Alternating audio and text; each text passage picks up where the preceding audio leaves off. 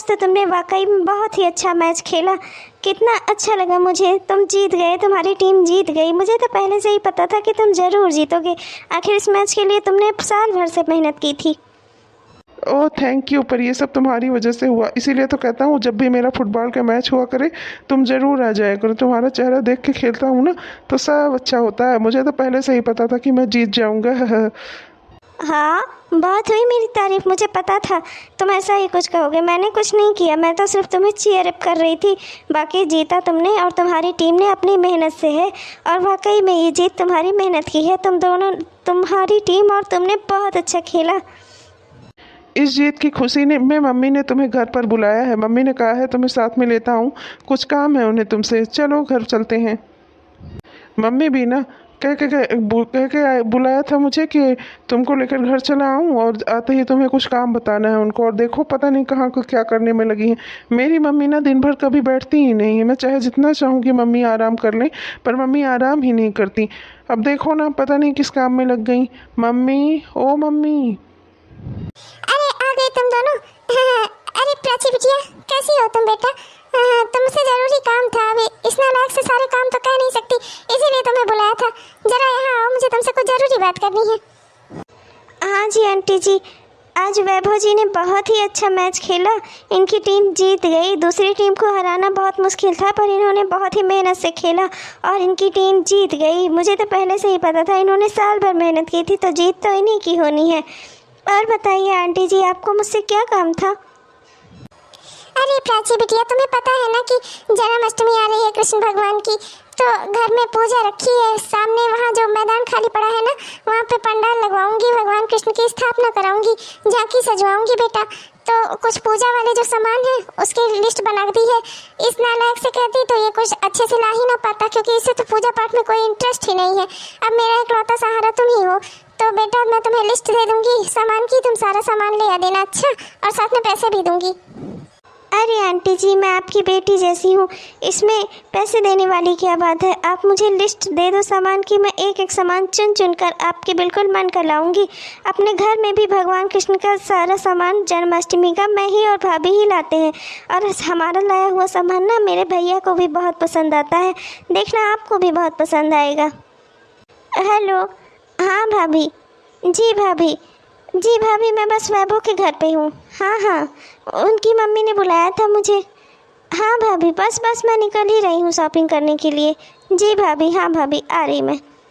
अच्छा बेटा, तो तुम्हारी भाभी का फोन आया, तुम भी जा रही हो शॉपिंग करने? ठीक है बेटा, अब मैं इस उम्र में तो मेरे घुटने काम नहीं करते, वरना मैं चलती तुम्हारी और तुम्हारी भाभी के साथ। लेकिन अब इसीलिए मैं निर्भर हूँ कि मेरे पूजा का सामान कोई ला दे। अब इस नालायक से कहने का कोई फायदा नहीं, इसे कुछ अंदाजा ही नहीं है कि पूजा में कैसे क्या सामान लगते हैं। ये पंडाल ही लगवा दे भगवान का, बहुत बड़ी बात है। पूजा वाले सामान जैसे फूल हुआ, मुकुटमाला, भगवान के कपड़े, ये सब चीज़ तू ही ले आ देना। हाँ बेटा, ठीक है। देखो प्राची, देखो मार्केट की रौनक, देखो कितनी अच्छी रौनक लगी हुई है मार्केट की। ऐसी रौनक ना जब वैसे दिन बाजार आओ ना तब नहीं मिलती। देखो तो कितने सारे सामान मिल रहे हैं झांकी में सजाने वाले। मैंने सोचा है मैं भी अपने घर में छोटी सी झांकी लगाऊंगी। हाँ भाभी, मुझे भी झांकी सजाने का बहुत शौक है। बचपन से ही मैं भी बहुत झांकियाँ सजाती थी। जब मम्मी पापा थे ना, वो तो मुझे कभी किसी चीज़ के लिए रोकते ही नहीं थे, और जैसे भैया भी मुझे किसी चीज़ के लिए नहीं रोकते। मैं भी बहुत सारी झांकी सजाऊंगी, बहुत अच्छे अच्छे रंगों से। देखो ना भाभी, वो वाला सामान कितना अच्छा मिल रहा है। वो देखो, वो भगवान की मूर्तियाँ, वो सब कितना सुंदर है। हाँ, ऐसे ही ये सब लड़ियाँ, ये सब सजाने वाले सामान, यही सब ले चल के इसी से तो झांकी सजाते हैं। देखना बाजार कितना सुंदर लग रहा है। मैं तो यहाँ चाहती हूँ यहीं बस जाऊँ, आजकल ऐसा मन लग रहा है मेरा यहाँ पर। हाँ भाभी, पूरा मार्केट तो एकदम मथुरा वृंदावन लग रहा है, जैसे मथुरा वृंदावन। इतने सारे सामान मिल रहे हैं यहाँ पर, मेरा तो मन कर रहा है मैं बार बार आऊँ। ये तो अच्छा हुआ कि आप हर साल मुझे जन्माष्टमी पे शॉपिंग करवाने ले आती हो। मेरा मन तो खुश हो जाता है। वैसे दिन में मेरा कभी बाजार आने का मन ही नहीं करता, पर आजकल तो मैं बहुत खुश हूँ यहाँ आकर। भाभी वो देखो, वो सब सामान कितने अच्छे हैं। अरे वाह, क्या लग रहा है ये। मैं तो इसे ज़रूर लूँगी भाभी, मुझे बहुत ही अच्छा लग रहा है। अरे हाँ हाँ, जो जो तेरा मन करे तू सब ले ले। तेरे भैया ने कहा है कि मेरी बहन को रोकना नहीं, जो जो उसका मन करे ले लेना। हाँ तो ले ले अपने हिसाब से, फिर मैं झांकी में सजवाने में तेरी मदद करूँगी। भाभी वो जो मटका मिल रहा था ना, वो मटका, वो रंगीन वाला जिसमें बांसुरी लगी हुई थी, हम उसको भी ले चलेंगे। मैं उसे अपने घर के गेट पर लगाऊंगी। हाँ, कल भगवान की जन्माष्टमी है तो हमारे घर भी तो सजना चाहिए, जिससे भगवान को लगे कि उनके जन्मदिन में हमने घर सजाया है। अरे हाँ हाँ, ले ले मटके, ले ले बांसुरी, ले ले, जो तेरा मन करे वो ले ले। वो झूला भी ले लेना। हमारे घर में जो पुराना वाला झूला था ना, वो खराब हो गया है, वो पेंट से भी ठीक नहीं होगा। इसीलिए तुम्हारे भैया ने कहा था ना कि प्राची से कह देना कोई अच्छा सा झूला देख के सेलेक्ट कर ले। तब की बार तो झूला तुम्हारे भैया लाए थे, वो झूला अच्छा निकला नहीं। भाभी मैं मेटल वाले झूले नहीं लूँगी, मुझे तो ये रंगीन सजे धजे झूले अच्छे लगते हैं। मेटल वाले झूले अच्छे तो होते हैं पर बाद में उनका कलर चला जाता है ना, तो अच्छे नहीं लगते, इसलिए मुझे वो पसंद नहीं। अरे सारे झूले अच्छे लगते हैं, पर तेरा जैसा मन हो तो वैसे ही ले ले। मेटल वाले झूले भी अच्छे होते हैं बेटा, तो रंगीन वाले ही ले ले अगर तेरा मन है तो। हम रंगीन वाले पे ही भगवान को झुला लेंगे। हाँ भाभी, फूलों से सजे हुए झूले मुझे बहुत अच्छे लगते हैं, मैं तो ऐसे ही झूले लूँगी। रंगीन बांसुरी और भगवान के सामान, ये सब चीज़ें भी मिल रही हैं, मैं ये सब चीज़ें अपनी पसंद की लूँगी। और जानती हैं भाभी, वैभव की मम्मी ने भी मुझसे कहा है सामान लाने को। उन्होंने भी भगवान का सामान, कपड़ा और बांसुरी ये सब कुछ मंगवाया है। ये सब मैं अपने मन का लूँगी, दो लूँगी, दोनों अपने मन का। अरे हाँ हाँ, जो जो तेरा मन हो ले ले, हम उसी से भगवान को सजाएंगे। जो तेरा मन करे तो वो ले ले बेटा। वाह भाभी, वो देखो, वहाँ देखो भाभी, कितना रंगीन रंगीन सा सामान। ये मिठाइयाँ कितनी अच्छी हैं भाभी, मैं मिठाई तो ज़रूर खरीदूंगी। भगवान को चढ़ाने के लिए मिठाइयाँ तो होनी ही चाहिए। अरे हाँ बेटा, तो मिठाइयाँ भी ले लेना। अभी हमने दुकान देखी है ना, उसमें कितनी सारी मिठाइयाँ थी, तो मिठाई भी ले लेना। जो तेरा मन करे तो वो ले लेना, जैसी मिठाई चाहना वैसी मिठाई ले लेना बेटा। जो तुम्हें ठीक लगे तुम वो मिठाई ले लो। हाँ, अब जैसे हम अपने जन्मदिन में मिठाई खाते हैं, वैसे भगवान के जन्मदिन में भी मिठाई खाएंगे। ले लो मिठाई तुम। हाँ भाभी, देखो ना कितनी रंगीन रंगीन सी मिठाइयाँ। हाँ, और ये सब सजाने का सामान सब ले लिया ना, रख लिया ना अच्छे से। वैभव के घर वाला सामान अलग कर लो, हम चलो उसको भी तुम दे देना जल्दी से, और ये अपने घर वाला अलग कर लो, उसको हम लोग अपने साथ रख लेंगे, ठीक है। हमने जो जो सामान लिया है उसको अलग अलग करके कार में रख दो, ठीक है। तुम्हारे भैया अभी आते ही होंगे। अरे वैभव, कितना देर कर देते हो, अभी मेरे भैया आ जाएंगे हैं कहीं से। तुम्हारे सारा सामान मैंने तुम्हारा खरीद लिया है पूजा वाला, ये लो, ले जाके आंटी जी को दे देना। हाँ, एक एक सामान मैंने बहुत ही मन से खरीदा है। जब भगवान की झांकी लगवाना तो मुझको ज़रूर फ़ोटो भेजना, ठीक है। हाँ हाँ ठीक है। अरे तुम कितना डरती हो भैया से, मैं तो कहता हूँ एक बार मैं खुद ही भैया से बात कर लूँ, हो सकता है सब कुछ ठीक ही हो जाए, हो सकता है तुम्हारे भैया मान ही जाए। अब ज़माना बदल चुका है, सब कुछ नए ज़माने में अब नए हिसाब से हो रहा है, तुम्हारे भैया को भी अपनी सोच बदलनी होगी। बेटा, अभी इतनी जल्दी उनकी सोच नहीं बदलेगी, वो थोड़ा पुराने ख्यालों वाले हैं। और मम्मी पापा जी के जाने के बाद उन्होंने प्राची को अपनी बेटी की तरह पाला है, इसलिए अब इसकी सारी जिम्मेदारी उठाना वो अपना फर्ज ही नहीं समझते, अपना हक अधिकार भी समझते हैं। उनका प्रेम कब इसकी ज़िंदगी पर हावी हो गया है, उनको इस बात का अंदाज़ा ही नहीं है। उन्होंने बचपन में इसकी शादी एक लड़के के साथ तय की थी, अपने दोस्त के भाई के साथ, और वो अब भी यही चाहते हैं कि वही लड़का उनका दामाद बने। अब मैं क्या कर सकती हूँ, पर इतनी जल्दी उनकी सोच नहीं बदलेगी बेटा, इसलिए तुम अभी जाओ यहाँ से, इससे पहले कि मामला कुछ बिगड़ जाए।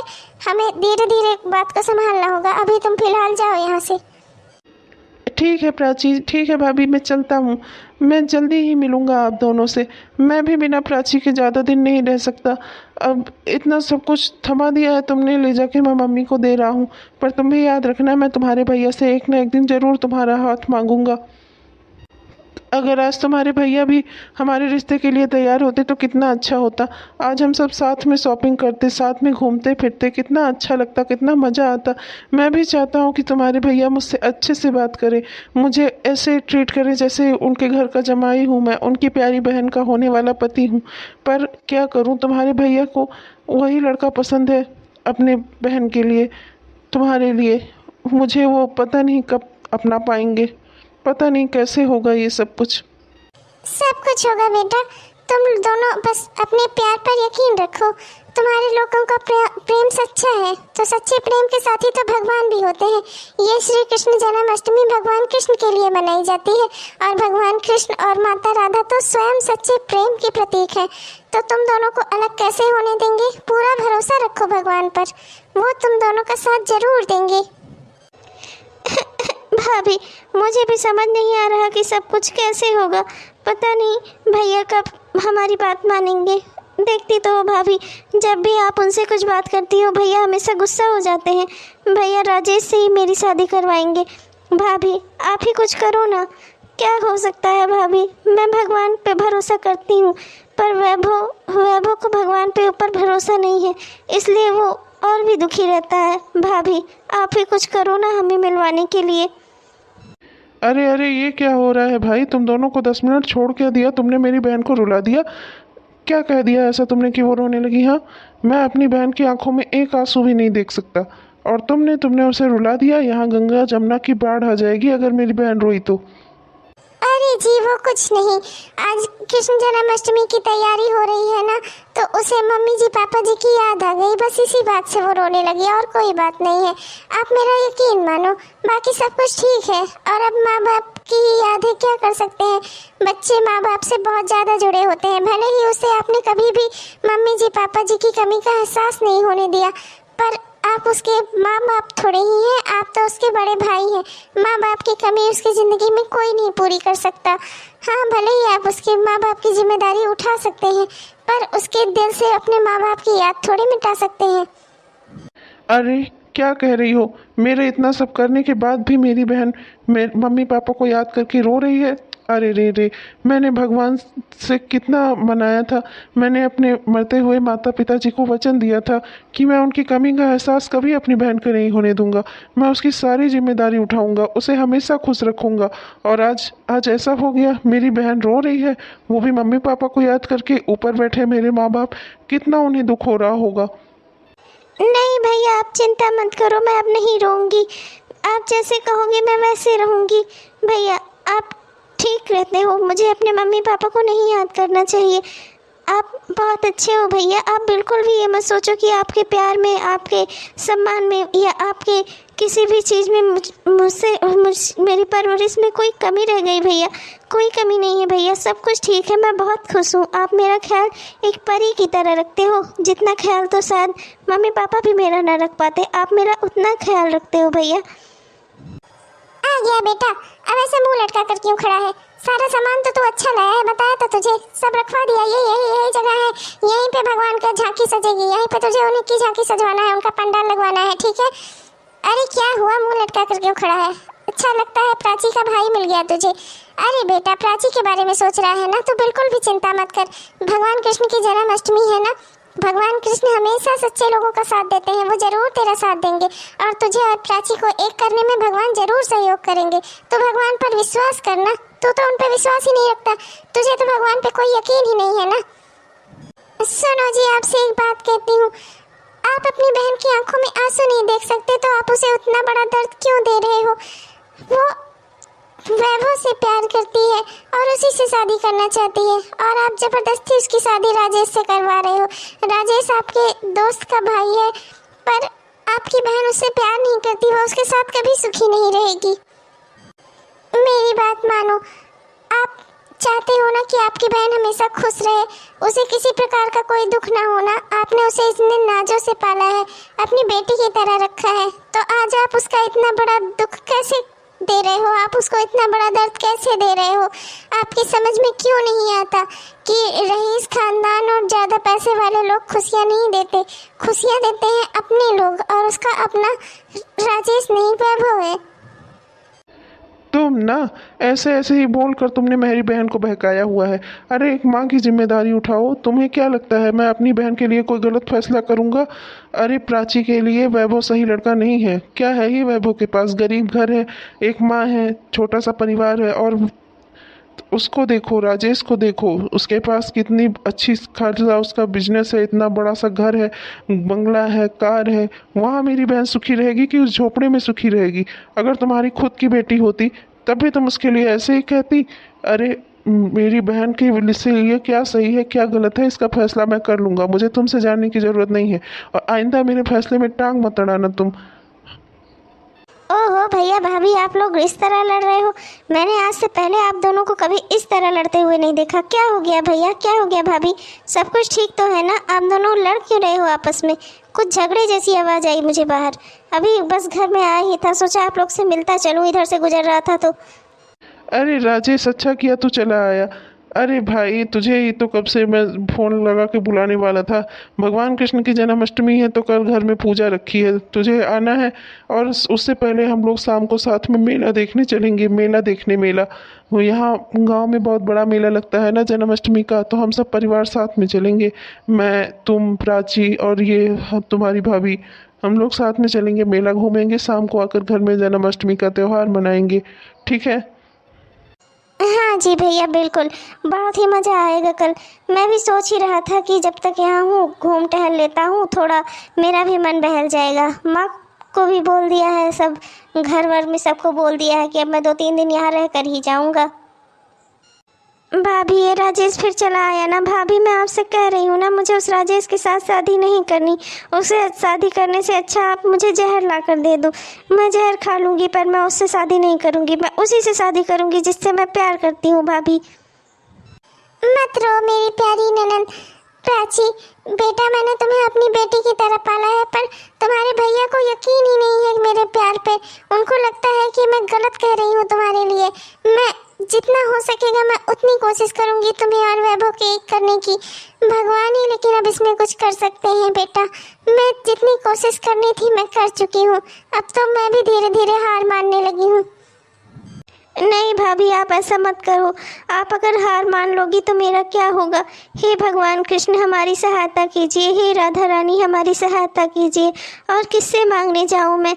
ऐसी मुसीबत में फंसी हूँ जहाँ मेरे अपने ही मुझे दर्द दे रहे हैं और मेरे दर्द की वजह है, और मैं कुछ भी नहीं छोड़ सकती, ना अपने भाई को और ना ही वैभव को। अरे कहाँ रह गई तुम दोनों ननद भाभी? चाय लाओ, राजेश बैठा हुआ है, जल्दी चाय लेकर आओ। हाँ जी, अभी लाई। देख तेरे भैया चाय मंगवा रहे हैं, तू जल्दी से चाय बना दे, मैं नाश्ता निकालती हूँ। देखते हैं भगवान की क्या मर्जी है। चलो, अच्छा हुआ हम सब मेले में आ गए। कितना अच्छा लग रहा है यहाँ, कितनी चहल पहल है। हाँ, जब भी त्योहार में मेला लगे, हम लोग जब छोटे छोटे थे ना, मैं और प्राची, तो जानती हो हम लोग यहीं आते थे मेला देखने। और राजेश, तुम भी आ जाओ यहाँ, देखो ये कितनी अच्छी अच्छी दुकानें लगी हैं, तुम भी मेला घूम लो। वहाँ तुम्हारे शहर में तो मेले वेले दिखते नहीं होंगे, यहाँ पे देखो ये गांव का मेला है। अरे ये तो प्राची और उसके भैया लोग आए हैं मेले में। कितनी दुखी लग रही है मेरी प्राची। अगर सब कुछ अच्छा होता तो आज वो भी कितने खुशी खुशी मेले देखती। मेला देखना तो उसे बचपन से पसंद है, वो हमेशा मेला देखकर बहुत खुश होती थी। और आज देखो मेला भी है, सब कुछ है, भगवान कृष्ण के जन्माष्टमी का त्यौहार भी है। हमेशा वो कितनी खुशी और उत्साह से मनाया करती थी, और आज कितना वो दुखी है। अरे बच्चों, भागो भागो, बैल आया, बैल आया, पागल बैल आया। अरे जब लोग रास्ता खाली करो, रास्ता खाली करो। अरे क्या बैल आया, अरे भागो। अरे प्राची, वहाँ खड़ी क्यों हो बेटा? जल्दी इधर आओ, जल्दी इधर आओ। अरे प्राची जल्दी चलो, वो बैल इसी तरफ आ रहा है, जल्दी भागो, जल्दी चलो, भागो जल्दी। अरे नहीं तो वो मार देगा तुमको, चलो जल्दी। अरे ये प्राची पागल हो गई है क्या? ऐसे भाग नहीं रही है, ऐसे खड़ी है वहाँ पे, अभी तो ये बैल उसे मार देगा। अरे बचाओ उससे कोई। अरे पागल पागल हो गई हो क्या? ऐसे रास्ते में खड़ी हो, सब चिल्ला रहे हैं बैल आया, पागल बैल आया, और तुम्हें कुछ पड़ी ही नहीं है? मरना है क्या तुम्हें? चलो इधर।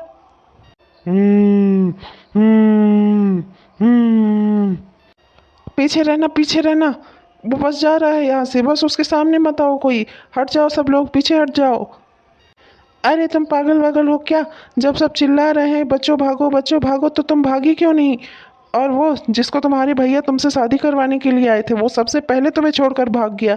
हाँ, तुम्हारी जान की उसको कोई परवाह ही नहीं है। अरे कैसा इंसान है वो? एक लड़की की जान नहीं बचा सकता? क्या शादी करेगा वो? कितना बड़ा आदमी है वो, जब इसके दिल में इतना हिम्मत नहीं है कि एक लड़की को बचा सके? इतने सारे लोगों के बीच में बैठ के सामने अपनी होने वाली पत्नी को छोड़कर इस तरह भाग गया वो? उसे चुनकर लाए थे तुम्हारे भैया तुम्हारे लिए। अरे अब खड़ी क्यों हो, कुछ बोलोगी भी? कहाँ थी तुम, कहाँ था तुम्हारा दिमाग? हाँ, अभी कुछ हो जाता तो, अभी वो बैल तुम्हें मार वार देता तो। बैल गुस्से में था, पागल था, वो दौड़ रहा है भीड़ में और तुम उसके सामने खड़ी हो। तुम्हारा दिमाग खराब है, इतनी सी अकल नहीं है तुम में? अरे बेटा वो हम भागने में बिजी थे, हमने देखा ही नहीं कि ये कहाँ रह गई। प्राची तुम ठीक तो हो ना बेटा? ठीक तो होगी ही, बचा लिया मैंने इसे, वरना आप लोग तो सब इसे छोड़कर भाग गए थे। अरे ऐसे कोई करता है क्या? परिवार का एक सदस्य कहाँ पर है, आप लोगों को कुछ पड़ी ही नहीं है और आप उसे छोड़ गए थे उस निकम्मे के भरोसे जो बैल को देखकर उसके आने से पहले ही भाग खड़ा हुआ। उसकी इतनी हिम्मत नहीं थी कि एक लड़की की जान बचा सके। अरे ऐसी रईसी का क्या फायदा जिसमें इंसान की हिम्मत ही ना हो, सब काम दूसरों के भरोसे करता हो। भैया लगता है मैंने कुछ ज़्यादा बोल दिया, आप प्लीज़ गुस्सा मत होइएगा। क्या करूं, ये पागल रास्ते में खड़ी थी, अभी से कुछ हो जाता तो आप कितना दुखी होते हैं, है ना? मैं बस यही कह रहा था। अच्छा चलता हूँ, मुझसे गलती हो गई, आई एम सॉरी। नहीं, तुमने बिल्कुल सही कहा, मुझे भी तुमसे अब कुछ ज़रूरी बात करनी है। मैंने भी कुछ प्राची के लिए फैसले लिए हैं जिन्हें के बारे में तुम्हारा जानना भी बहुत ज़रूरी है, इसलिए तुम्हें मेरे साथ चलना होगा। मैंने सुना है तुम्हारी माँ ने बहुत ही अच्छा पंडाल लगवाया है ना भगवान कृष्ण की जन्माष्टमी का, तो आज हम सब वहीं जन्माष्टमी की पूजा करेंगे। चलो तुम मुझे अपने साथ अपने घर ले चलो। मेरे घर? भैया मैं कह तो रहा हूँ कि मुझसे गलती हो गई, आई एम सॉरी। बस इसके सामने बैल देखकर मैं थोड़ा गुस्से में आ गया था, आई एम सॉरी। मुझसे आप लोगों को मैं कुछ कहना नहीं चाहता था, गलती हो गई मुझसे, आई एम सॉरी। आप माँ से जाकर कुछ मत कहना, मेरी माँ अकेले रहती है, मैं नहीं चाहता कि उन्हें किसी तरह की कोई टेंशन हो। आई एम सॉरी, मुझे भी लगता है कि मैंने गुस्से में तुम्हें कुछ ज़्यादा ही डांट दिया। तुम ऐसे हो ही ना, ऐसे पागलपन वाली हरकत करती हो तो मुझे बहुत गुस्सा आता है तुम पर। हाँ नहीं तो तुम्हें अपनी ख्याल रखना चाहिए ना अपना। देखो आज तक मैंने तुमसे कुछ नहीं मांगा, पर आज मैं तुमसे एक बात मांगना चाहती हूँ। तुम मेरे लिए कुछ भी कर सकते हो ना? तो मेरी भाभी कहती हैं कि भगवान सबकी सहायता करते हैं और भगवान कृष्ण तो स्वयं सच्चे प्रेम के देवता हैं और राधा रानी उनकी सच्चे प्रेम की देवी हैं। और आज मैं प्रेम के देवी देवता से अपने दोनों के लिए आशीर्वाद चाहती हूँ। तुम चाहते हो ना कि मैं खुश रहूं, मैं ठीक ठाक रहूं, तो तुम्हें मेरी बात माननी होगी। तुम चाहे जितने भी बड़े नास्तिक क्यों ना हो, पर आज तुम्हें मेरे लिए भगवान के सामने हाथ जोड़ना ही होगा और उनसे हमारे लिए प्रार्थना करनी ही होगी। आज ये मेरा आखिरी कदम है अपने रिश्ते को बचाने के लिए। आज भगवान को मेरे विश्वास पर खरा उतरना ही होगा। देखो मैं तो नास्तिक हूँ, मैंने आज तक कभी भगवान के सामने हाथ नहीं जोड़े, ना ही कभी उनसे कुछ मांगा है। पर तुम कहती हो तो आज मैं तुम्हारे लिए भगवान के सामने हाथ भी जोड़ूंगा और उनसे अपने रिश्ते की भीख भी मांगूंगा। लेकिन अगर तुम्हारी बात सच निकली और भगवान ने कुछ कृपा की तो मैं तुमसे वादा करता हूँ कि मैं सारी ज़िंदगी भगवान की पूजा और भक्ति करूँगा जैसे तुम करती हो। मैं भी आस्तिक बन जाऊँगा नास्तिक से। हे श्री राधा कृष्ण, मैंने आज तक ज़िंदगी में कभी आपके सामने हाथ नहीं जोड़े, कभी हाथ नहीं फैलाए, पर आज मैं आपके सामने कुछ मांगने आया हूँ। अगर प्रभु आप सच में हो और सच में आप लोगों की विनती सुनते हो तो मेरे मन की पुकार सुन लो। मैं जो आपसे मांग रहा हूँ उसे कृपया पूर्वक मुझे दे दो। मेरी ज़िंदगी की सबसे बड़ी ज़रूरत है, ये सबसे बड़ी इच्छा है मेरी। मैं सारी ज़िंदगी आपके सामने सर झुकाऊंगा। जानता हूँ कि आपके बहुत सारे भक्त हैं, आपको मेरी ज़रूरत नहीं है, पर मैं एक भी तो मायने रखता हूँ क्योंकि ये संसार आपका बनाया हुआ है और इसमें बनाए हुए हर प्राणी आपके अपने बच्चे हुए ना, तो आपको तो हर माँ बाप की तरह हर बच्चे की बात सुननी होगी ना। तो आज आपको मेरी बात भी सुननी होगी भगवान। अरे वाह, आज मेरे यहाँ इतने सारे लोग सब झांकी देखने आए हो क्या? बहुत ही अच्छा लगा आप सब यहाँ आए। मैंने तो इससे कहा ही था कि जाकर प्राची और उसके घर वालों को भी बुला ला, सब लोग दर्शन कर ले। साल में एक ही बार तो ऐसा दिन आता है। हाँ बच्चों चलो सब लोग दर्शन कर लो। मानना पड़ेगा काका के जाने के बाद आपने अकेले ही सब कुछ संभाला, अकेले ही सब कुछ किया, पर आपने अपने बेटे को संस्कार बहुत अच्छे दिए हैं और आपने इतना अच्छा पंडाल लगवाया। आप हर साल भगवान की जन्माष्टमी इतने धूमधाम से मनाती हो, इतना आप भगवान को प्यार करती हो, इतना आप उनकी पूजा और भक्ति करती हो। आप अकेले हो, जबकि आपके साथ तो इतनी बड़ी दुर्घटना हुई इतने यंग एज में ही। जब ये छोटा था वैभव, तभी आपके पति गुजर गए, तब भी आपने कभी भगवान को दोष नहीं दिया। आपने हमेशा भगवान की पूजा और भक्ति की, और वैसे ही संस्कार आपने वैभव को भी दिए कि लड़कियों का सम्मान करे, लड़कियों की इज्जत करे और हिम्मत वाला रहे। और वो हिम्मत वाला है, मानना पड़ेगा कि आप वाकई में आप बहुत ही अच्छी औरत हो, आप बहुत ही अच्छी महिला हो। और आपके दिए संस्कारों की तुलना ना दुनिया में किसी भी रुपए पैसे धन दौलत से नहीं की जा सकती। इतने सारे धन दौलत रुपए पैसे खर्च करके भी जो चीज़ नहीं खरीदी जा सकती ना दुनिया में, वो है संस्कार और सम्मान और प्रेम भाव। और ये सब आपने अपने बेटे को दिया है। और मैं आपसे कहना चाहता हूँ कि मुझे अपनी बहन के लिए ऐसा ही लड़का चाहिए था। आज मैं अपनी बहन का रिश्ता आपके बेटे वैभव से तय करता हूँ। अगर आपको ये रिश्ता मंजूर हो तो काकी, मैं अपनी बहन का हाथ आपके वैभव के लिए मांगता हूँ। अरे हाँ हाँ, क्यों नहीं बेटा, सब लोग आओ दर्शन कर लो, बोलो जय कन्हैया लाल की। आखिर भगवान ने हमारी बात सुन ली। मैं तो कब से अपने बेटे की खुशी चाहती थी। मेरा बेटा हमेशा से प्राची को चाहता था और वो हमेशा प्राची से ही शादी करना चाहता था। मैं तो भगवान से हमेशा प्रार्थना करती थी कि मेरे बेटे की झोली में उसकी खुशियाँ डाल दे। आज कन्हैया जी ने वो कर दिया। जय हो कन्हैया जी, जय हो राधा रानी। जय कन्हैया लाल की, जय हो राधा रानी। मैं भी आज आपने वाकई में मेरे भी जीवन में बहुत बड़ा चमत्कार किया प्रभु, जिसकी मुझे कोई उम्मीद नहीं थी, आपने मुझे वो दिया। मैं अब पूरी ज़िंदगी आपकी भक्ति पूजा करूँगा। अब मैं आस्तिक बनूँगा। मैं अपनी होने वाली पत्नी प्राची के साथ हमेशा आपकी पूजा करूँगा और हमेशा आपकी भक्ति करूँगा। बोलो जय कन्हैया लाल की, जय हो राधा रानी। हेलो दोस्तों, नमस्कार। कैसे हो आप सब? उम्मीद करती हूँ आप सब बहुत ही बढ़िया होंगे। आपने हमारा यह वीडियो पूरा देखा, इसके लिए आपका बहुत बहुत धन्यवाद। अगर आपको पसंद आया तो कृपया लाइक करना ना भूलें और ऐसे ही वीडियोस आप तक तुरंत पहुँच जाएं, इसके लिए कृपया हमारे चैनल को सब्सक्राइब कर लीजिएगा दोस्तों। और आप सबको जन्माष्टमी की बहुत सारी हार्दिक बधाइयाँ। बोलो जय कन्हैया लाल की, जय हो राधा रानी। हाथी घोड़ा पाल की, जय कन्हैया लाल की।